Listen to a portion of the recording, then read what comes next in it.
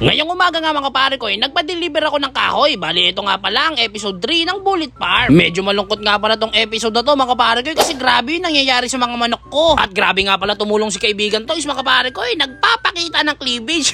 Tingnan nyo naman grabe talaga tumulong yung mga kaibigan ko mga pare ko, parang si Hook pati si Spider-Man. Bali, kinilangan kasi itulak yung tricycle mga pare ko kasi grabe ang tarik ng daan. Ayun maraming salamat sa inyo Spider-Man at Hook. Ay grabe, pagod na pagod si Hook. Kaya nga pala ako nagpa-deliver ng kahoy ngayong umaga mga pare ko kasi aayusin na tong kubo. Sobrang rupok na kasi ng dingding neto at papag mga pare ko kasi inanay na. Pag tinusok mo ka talagang lulubog yung daliri mo. At maraming salamat nga pala sa mga kaibigan ko na lagi kong kasama para paunti-unti buuin ng Bullet Farm. Bali, pinahakot ko na nga pala yung mga nabili kong kahoy mga pare ko para masimulan ng gawin yung kubo. Medyo umiinit na nga rin pala mga pare ko kasi mag-aalas 12 na. Yan si Dola, kaibigan Toys. Ano pong Dola? Si Dola pare ko makakatulong to sa pag-aaral mo, lalo kung may assignment ka. Alam mo kung bakit?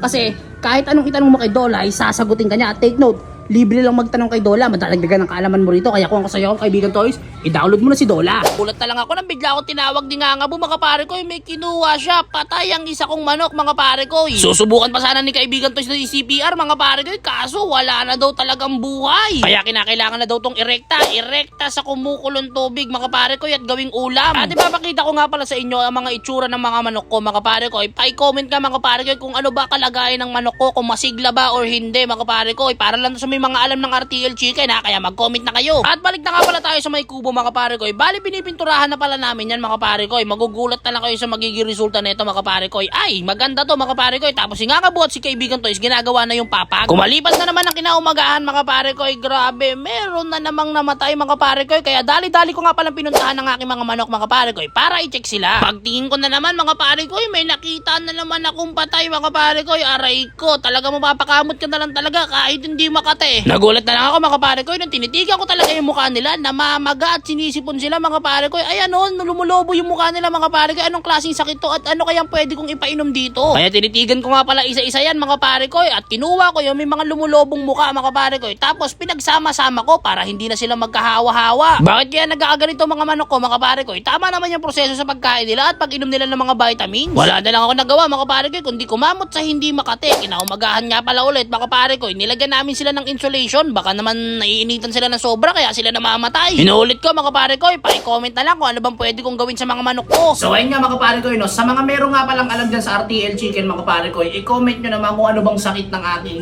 manok mga pare ko at anong kailangan kong gawin at anong kailangan kong ipainom ng mga gamot mga pare ko para gumaling sila. Medyo ang kati sa ulo mo, papakamot ka talaga sa kati kahit hindi makate. Parang pare ko, pito na yung namatay sa akin na manok.